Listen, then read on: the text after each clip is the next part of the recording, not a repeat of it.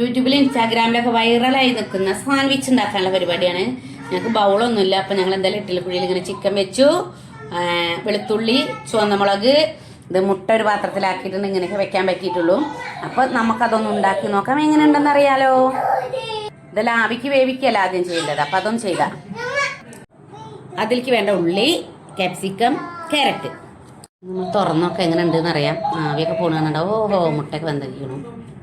ഇനി അടുത്തത് ചിക്കനാണ്. ചൂട് ചൂട് ചൂട് കൊടുത്തെടുത്തെടുത്തോ, നല്ല ചൂടുണ്ടേ. ചിക്കന്, ഉള്ളി, ചുവന്ന മുളകും ഒക്കെ റെഡിയാണ്. ഓ, ചിക്കൻ വേണ്ട അല്ലേ? വെളുത്തുള്ളി, മുളകും മുട്ടയും കൂടെ മിക്സിയിലടിക്കുക. ഉപ്പും കുരുമുളകും ചേർക്കണം അല്ലേ? ഓക്കെ. അപ്പോൾ ഇത് കുരുമുളക് പൊടിച്ചതാണ് കേട്ടോ മിക്സിയിൽ. അതിലേക്ക് ഞങ്ങൾ മുട്ട ഓരോന്നോരോന്നായിട്ട് കൊടുക്കുകയാണ്. ചെറിയ മുളകാണൊന്നല്ലേ? ഇതാ വെളുത്തുള്ളിയൊക്കെ ഇടണോ? അങ്ങനെ ഞങ്ങൾ ഇതിലേക്ക് യോഗട്ട് ഇട്ടു, വേണ്ട ഉപ്പിട്ട് കൊടുത്തു, എരിവിനേക്ക് കുരുമുളകും കുറച്ചിട്ട് കൊടുത്തു. അപ്പോൾ ഇതൊന്നൊരു പേസ്റ്റ് പോലെ അരച്ചെടുക്കാം.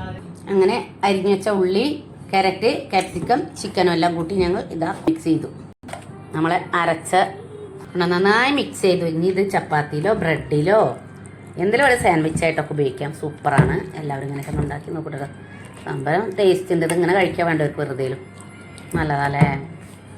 എണ്ണയുടെ ഒരു ഇതില്ല ഇതിൽ, ഹെൽത്തിയാണ്. അപ്പം അങ്ങനെ ബൂബൂസിൽ ഞങ്ങൾ ഇതെല്ലാം പോലെ ആക്കി വെച്ചിട്ടുണ്ട്. ഇനി അത് ചുരുട്ടിയിട്ട് റോളാക്കി കഴിക്കാം. ഞാനേ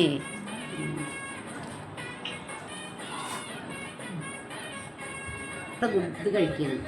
ടേസ്റ്റ് ചെയ്തിട്ട് പറയൂ.